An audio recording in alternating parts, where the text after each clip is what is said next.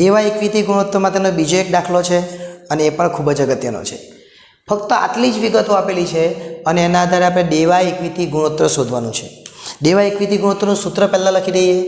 દેવા ઇક્વિટી ગુણોત્તર સૂત્ર શું? પહેલો શબ્દ છે દેવા એટલે ઉપર લખવાનું દેવા, બીજો શબ્દ છે ઇક્વિટી એટલે નીચે લખવાનું ઇક્વિટી.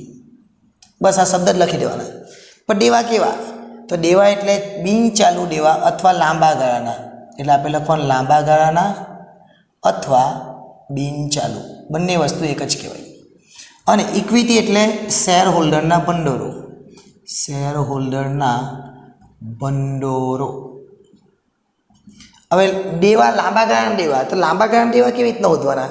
તો લાંબા ગાળાના દેવા શોધવા માટે આપણે પહેલાં પાકું સરવૈયું બનાવી, આપણને બધું જ મળી જાય. જો અહીંયા હું બનાવી દઉં પાકું સરવૈયું, એમાં દરેકે દરેક વસ્તુ આવી જશે. પાકા સરવૈયામાં કઈ વિગતો આવે? તો પાકા સરવૈયામાં એક બાજુ મૂડી દેવા આવે અને એક બાજુ મિલકત લેણા આવે, એટલે આપણને ટોટલી બધું જ ખબર પડી જશે. અહીંયા લખીશું મૂડી દેવા રકમ અને આ બાજુ લખીશું મિલકત લેણા રકમ. ચાલો પહેલાં આપણે લેણદારો, તો આપણે લખીએ અહીંયા ચાલુ દેવા, ચાલુ દેવા. એમાં પહેલું આવે લેણદાર, એ ચાલુ દેવા કહેવાય. તો લેણદારો કેટલા છે? 1,60,000. પછી દેવી હુંડી, એ પણ ચાલુ દેવા જ કહેવાય. તો અહીં લખીએ દેવી હુંડી કેટલી છે? 1,40,000. પછી ખર્ચા ચૂકવવાના બાકી, એટલે લખીએ ખર્ચા ચૂકવવાના બાકી કેટલા? 1,00,000. ટોટલ 1, 2 ને 3, 3 ને 1 કેટલા થવાના? 4,00,000 થવાના, એટલે બહાર આવશે 4,00,000. એટલે આ જે ચાલુ દેવા છે એ કેટલા છે? તો ચાલુ દેવા 4,00,000 છે. ત્યાર પછી બિન ચાલુ મિલકતો આપેલી છે, એટલે આ બાજુ બિન ચાલુ મિલકતો છે. બિન ચાલુ મિલકતો આપણને આપેલી છે 12,00,000, એટલે અહીંયા લખીશું 12,00,000. ત્યાર પછી ચાલુ મિલકતો આપેલી છે, એટલે લખીશું ચાલુ મિલકતો, ચાલુ મિલકતો. તો ચાલુ મિલકતો કેટલી આવવાની? 10,00,000. પછી જે કુલ દેવા, એટલે આ દેવા અને બીજા બી દેવા આવે બિન ચાલુ દેવા. આ બંનેનો સરવાળો એટલે કુલ દેવા થઈ.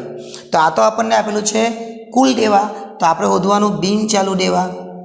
બિન ચાલુ દેવા એટલે શું?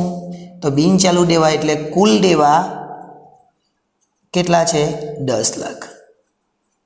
એમાંથી ચાલુ દેવા આપણે બાદ કરી દેવાનું, એટલે ચાલુ દેવા કેટલા આવ્યા? 4,00,000. તો બિન ચાલુ દેવા કેટલા આવવાના? 6,00,000 આવવાના. આ 6,00,000 એ બિન ચાલુ દેવા કહેવાય, એટલે અહીંયા લખી દઈએ 6,00,000. 10,00,000 નહીં લખતા, કેટલા આવે? 6,00,000. હવે આપણે શું કરવાનું? આ જે વધવાનું એને શું કહેવાય? ઇક્વિટી શેર, પ્રેફરન્સ શેર અને અનામત અને વધારો. અને આ 3 એટલે ઇક્વિટી શેર હોલ્ડરના ભંડોળો કહેવાય. તો પહેલાં આ સરવાળો કેટલો થવાનો? તો 10 ને 12 એટલે 22,00,000. ખાલી એક જ વસ્તુ તમારે સાચવવાની છે, કઈ? આ બિન ચાલુ દેવા. કેમ? કારણ કે ચાલુ દેવા અને આ ટોટલ બધા કેવા કહેવાય? ચાલુ. એમાંથી કુલમાંથી માઇનસ કરી નાખવાના એટલે બિન ચાલુ મળે. અહીં લખવાનું 22,00,000.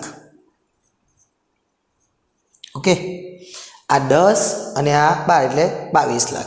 આ 22,00,000 હવે ઉપર કેટલા છે? તો 22માંથી આ 10 માઇનસ કરવાના. 22માંથી 10 જાય એટલે કેટલા આવે? 12,00,000.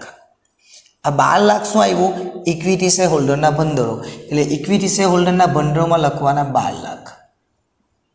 અને આપણને લાંબા ગાળાના દેવા જોઈએ, એટલે કે બિન ચાલુ દેવા. તો બિન ચાલુ દેવા આપણે અહીંયા લખ્યા કેટલા?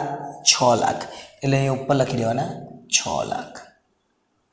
એટલે આપણો જવાબ આવશે 6,00,000 ભાગ્યા 12,00,000. 6,00,000 ભાગ્યા 12,00,000 0.5, એટલે જવાબ આવશે 0.5 જેમ 1. કઈ રીતના જવાબ લખવાનો? જેમમાં, એટલે જેમ 1.